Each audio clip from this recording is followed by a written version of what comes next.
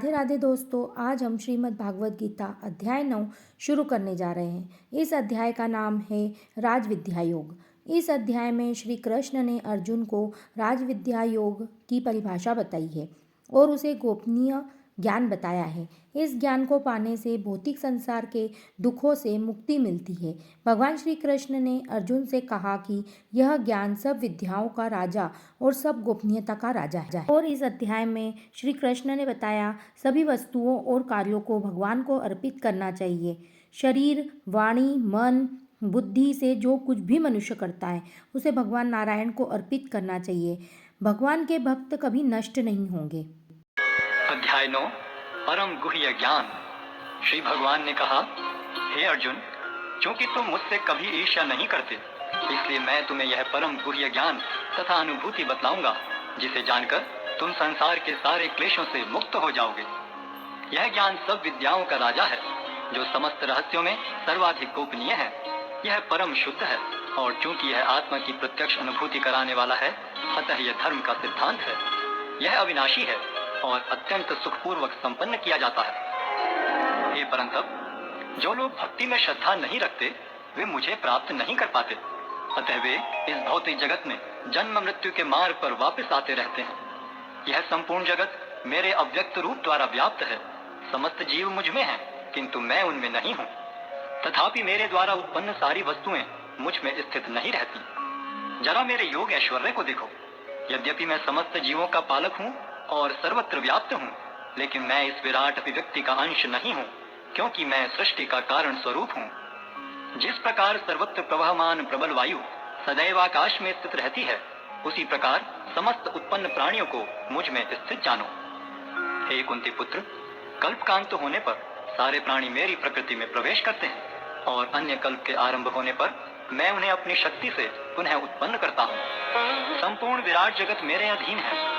यह मेरी इच्छा से बारंबार स्वतः प्रकट होता रहता है और मेरी ही इच्छा से अंत में विनष्ट होता है।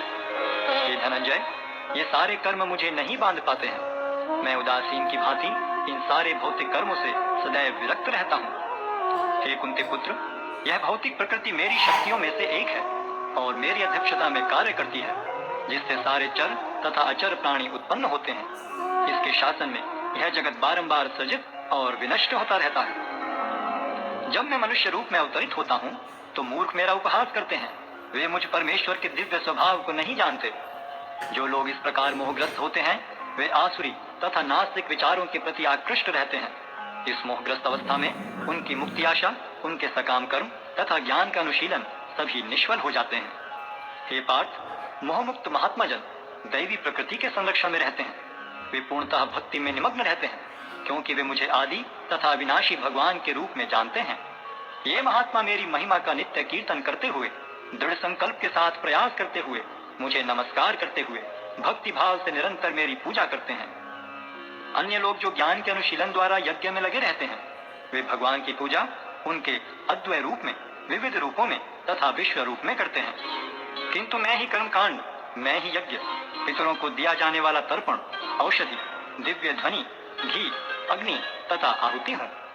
मैं इस ब्रह्मांड का पिता, माता, आश्रय तथा पितामह हूँ। मैं ज्ञेय, शुद्धिकर्ता तथा ओंकार हूँ। मैं ऋग्वेद, सामवेद तथा यजुर्वेद भी हूँ।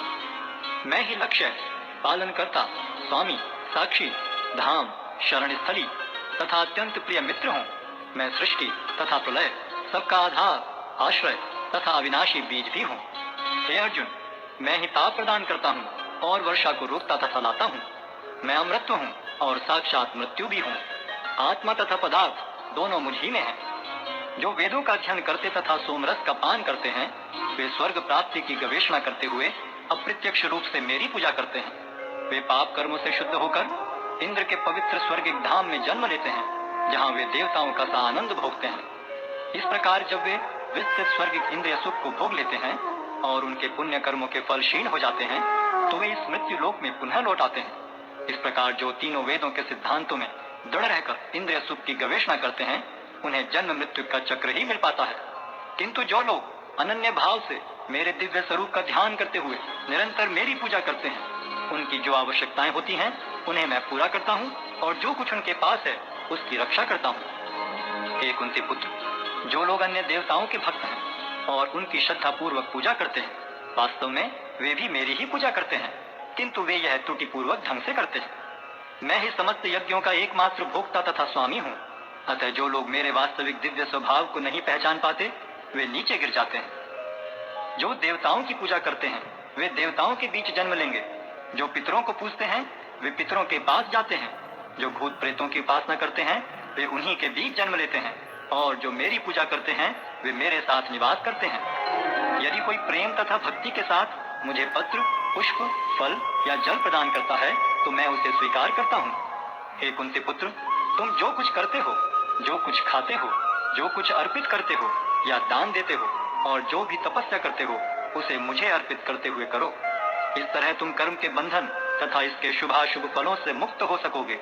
इस संन्यास योग में अपने चित्त को स्थिर करके तुम मुक्त होकर मेरे पास आ सकोगे।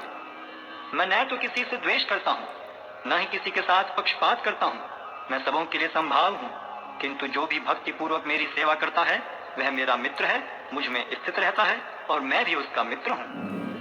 यदि कोई जघन्य से जघन्य कर्म करता है, किंतु यदि वह भक्ति में रत रहता है, तो उसे साधु मानना चाहिए, क्योंकि वह अपने संकल्प में अडिग रहता है। वह तुरंत धर्मात्मा बन जाता है और स्थायी शांति को प्राप्त होता है। हे कुंती पुत्र, निडर होकर घोषणा कर दो कि मेरे भक्त का कभी विनाश नहीं होता है। हे पार्थ, जो लोग मेरी शरण ग्रहण करते हैं, वे भले ही निम्न जन्मा स्त्री, वैश्य तथा शूद्र क्यों न हो, वे परम धाम को प्राप्त करते हैं। फिर धर्मात्मा ब्राह्मणों, भक्तों तथा राज ऋषियों के लिए तो कहना ही क्या है। अतः इस क्षणिक दुख में संसार में आ जाने पर मेरी प्रेमा भक्ति में अपने आप को लगाओ। अपने मन को मेरे नित्य चिंतन में लगाओ। मेरे भक्त बनो, मुझे नमस्कार करो और मेरी ही पूजा करो। इस प्रकार मुझ में पूर्णतया तल्लीन होने पर तुम निश्चित रूप से मुझको प्राप्त होगे।